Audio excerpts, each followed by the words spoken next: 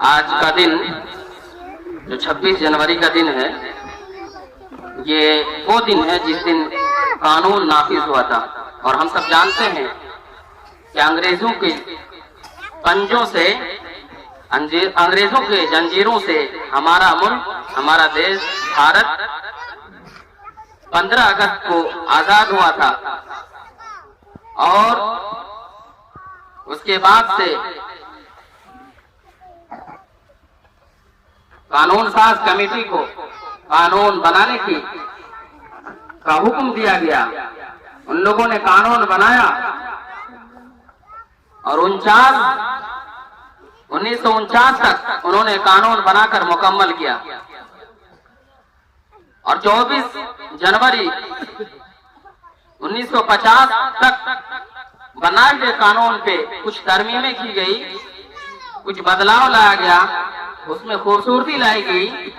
और फिर 24 जनवरी को कानून साज कमेटी के 308 मेंबरों ने हाथ में लिखे हुए कानून की किताब पर साइन करके, दस्तखत करके पेश कर दिया।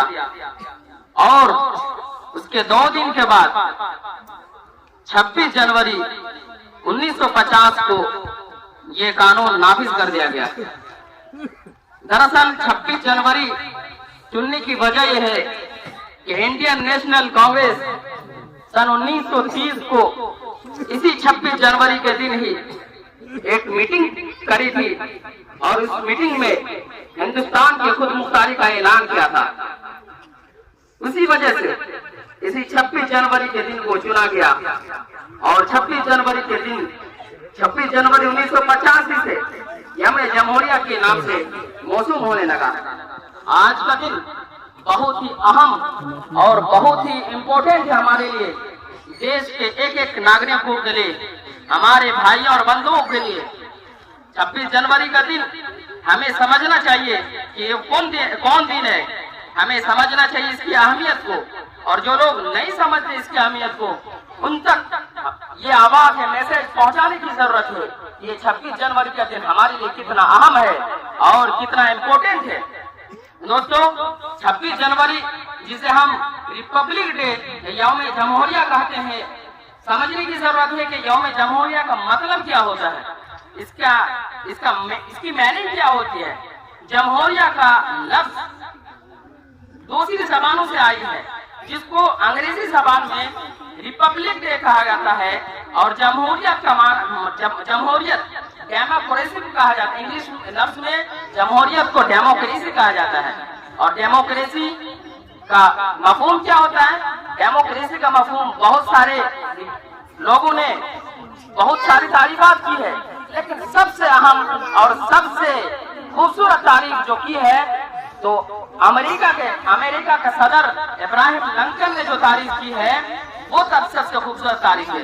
वो तारीफ ये है, power of the people, by the people, for the people.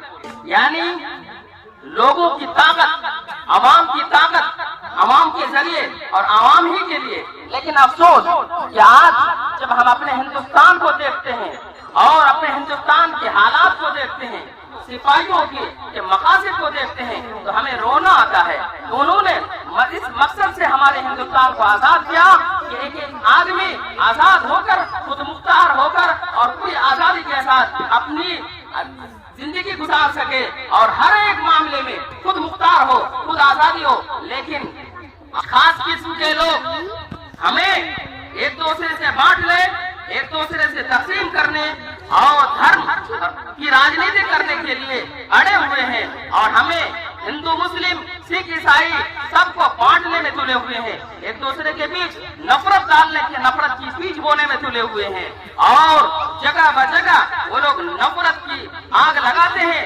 नफरत की आग लगाकर उन्हें एक दूसरे के खिलाफ दुश्मन बनाते हैं, दुश्मनी पैदा करते हैं। और ये चाहते हैं हिंदुस्तान फिर से गुलाम हो जाए। और इस चीज को समझने की जरूरत है। और ये चीज कब समझ में आएगी? जब हमारे अंदर बेदारी पैदा होगी। और कब हमारे अंदर बेदारी पैदा होगी? जब हमारे अंदर नॉलेज होगा, हमारे अंदर जानकारी होगी, हमारे बच्चे पढ़े लिखे होंगे, तभी जाकर ये चीज, ये बेदारी और ये जो है ना तब्दीली आएगी।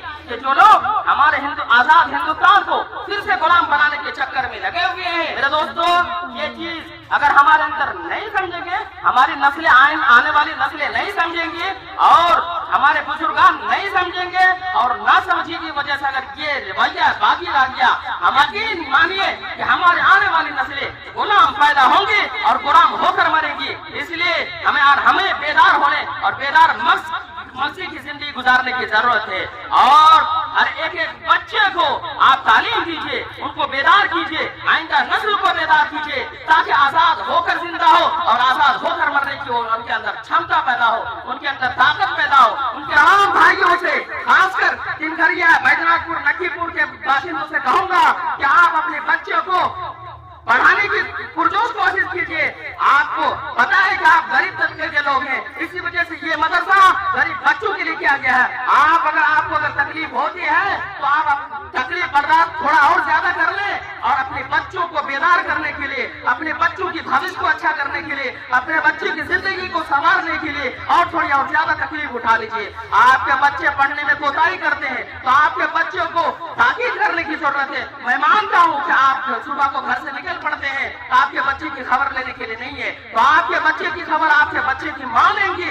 आपको शाम के वक्त आके खबर लेना कि आपका बच्चा सबक सुनाया है नहीं, आपका बच्चा तालीम हासिल किया या नहीं, आपका बच्चा आपका मदरसा स्कूल गया था या नहीं, आपको खबर लेने की जरूरत है। शाम के वक्त आएंगे, आपको खबर लेनी है बच्चे ने सबक सही से सुनाया या नहीं सुनाया। कम से कम फोन पर तो आप पूछ सकते हैं, सदर मुदर्रिस से, सेक्रेटरी से, मेंबरान से खबर लेके तो पूछ सकते हैं, असातिज़ा किराम से तो खबर ले ही सकते हैं फोन पर कि मेरे बच्चे ने आज सबक सुनाया नहीं सुनाया या सुनाने में कोताही कर रहा है। इस चीज की दूरी अगर आप अपने बच्चों से नहीं करेंगे, कसम खुदा की, असातिज़ा सुबह से लेकर शाम तक आपके बच्चे के पीछे पड़ जाएंगे, फिर भी आपके नस्ल में आपके बच्चे नहीं सुधर पाएंगे। इसलिए जरूरत इस बात की है कि बच्चे के माँ बाप फोन पर बच्चे की खबरगिरी करते रहे और बच्चे की माँ खुद आगे खबर ले, उनके बच्चे बढ़ रहे हैं कि नहीं, आगे बढ़ रहे हैं कि नहीं, तरक्की कर रहे हैं कि नहीं।